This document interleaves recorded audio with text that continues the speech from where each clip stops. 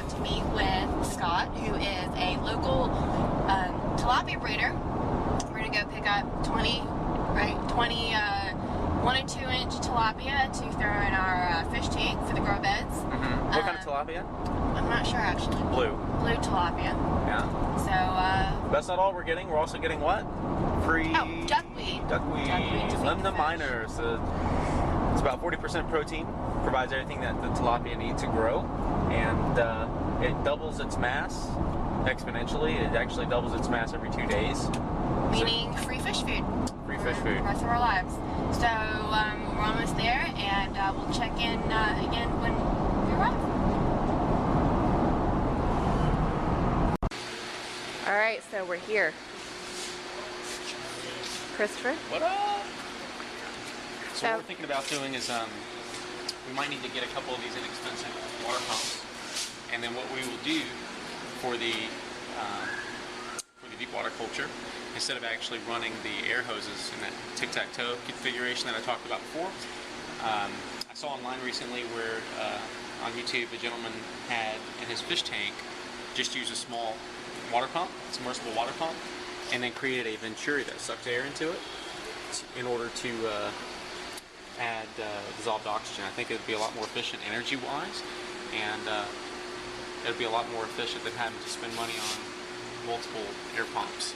So we might get, we'll start off with one, maybe get a second one later, and then try that out. Just let you guys know how it works out. Alright, so we got... And that's just food in there with it. Okay. Okay. Take a look. Oh my gosh, I can't even see them. They're tiny. in the corner. Oh my gosh, they're so scared. Alright, Chris, so what do we have? Alright, so we've got 20 tilapia fry, and then we also have a culture of duckweed so that we can start our own duckweed culture of home. Okay, well, you know, we can't really hear you when you're talking and you're walking away. We're in a hurry because they only have a certain amount of oxygen, and we don't have oxygen in the car, so we gotta hurry. We've got our duckweed, and we have quite a bit. And I was actually just looking at the bag. It looks like we got a couple snails. Little biodiversity. Alrighty. And then we've got the stars of the show here. Tilapia fry.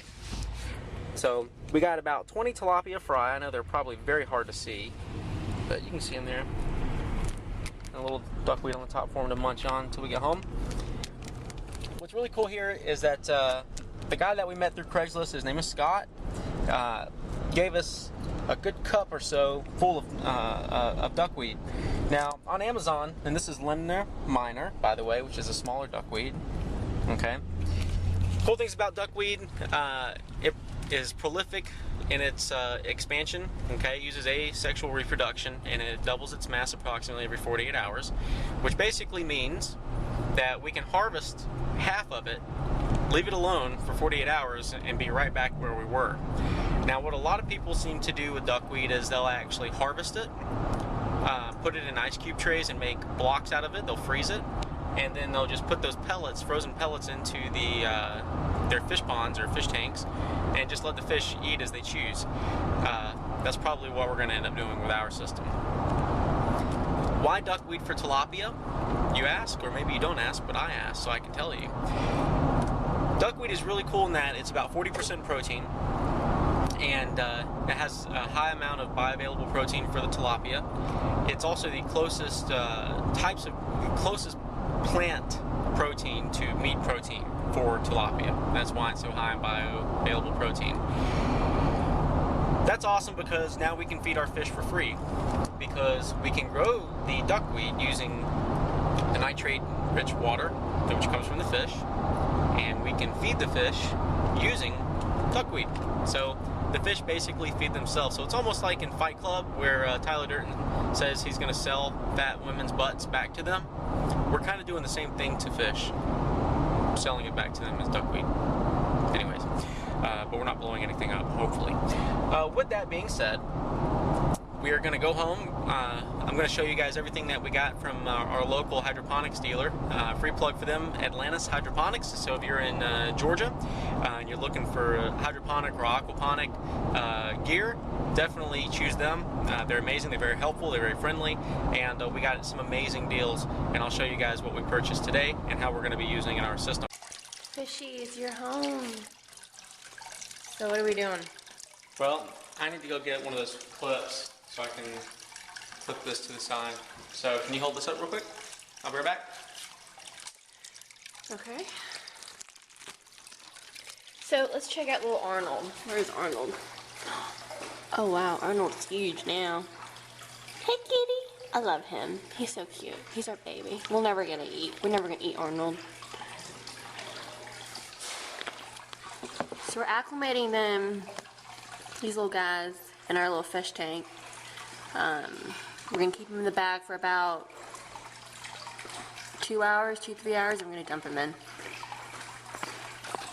Just so that Arnold doesn't Eat them. develop a sudden taste for tilapia, which I don't think that they eat each other. They're not typically like that. Okay. So, are we ending this?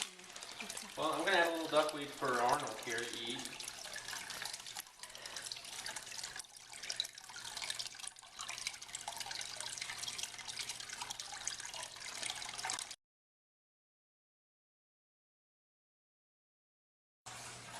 This is the story of Arnold, the Terminator fish.